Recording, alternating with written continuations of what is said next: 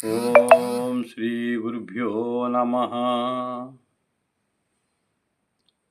సకల కావ్య సుధారస సారమంత ప్రియమునంగురోలు సద్గుణ ప్రీతిపాత్రుడైన దీనిది పరమ దయాశరణిది ఆప్తుడు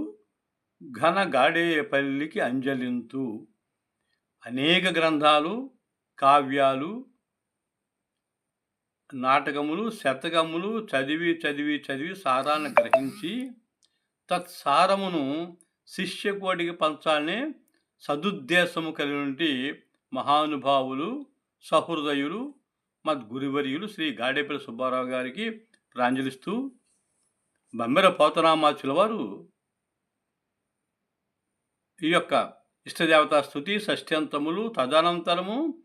తను చెప్పంబూనినా వ్రాయంబూనినా కథాక్రమం పెట్టిదనినా అంటూ ఈ విశాల విశ్వమును జన్మ స్థితి విలయములు ఎవ్వని వలన ఏర్పడుతున్నవో ఈ విశ్వమును విస్తరణ ఉపసంహరణ ఎవరి అధీనంలో ఉన్నవో తదుపరి అటువంటి అనఘుని అంటే పాపరహితుని, విశ్వదూరిని, విశ్వాత్ముని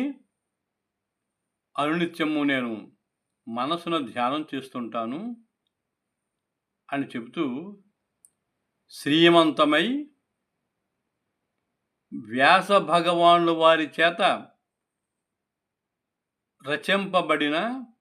శ్రీ మహాభాగవతమును ఎవరైతే పఠించాలని, చదవాలని, వినాలని అనుకుంటారో అటువంటి వారి హృదయంలో ఈశ్వరుడు ప్రవేశించి సద్బుద్ధిని కలిగించి వాళ్ళకి తాపత్రయములు లేకుండా చేస్తాడు సుమా అని చెబుతూ వేదకల్ప వృక్ష విగళితమై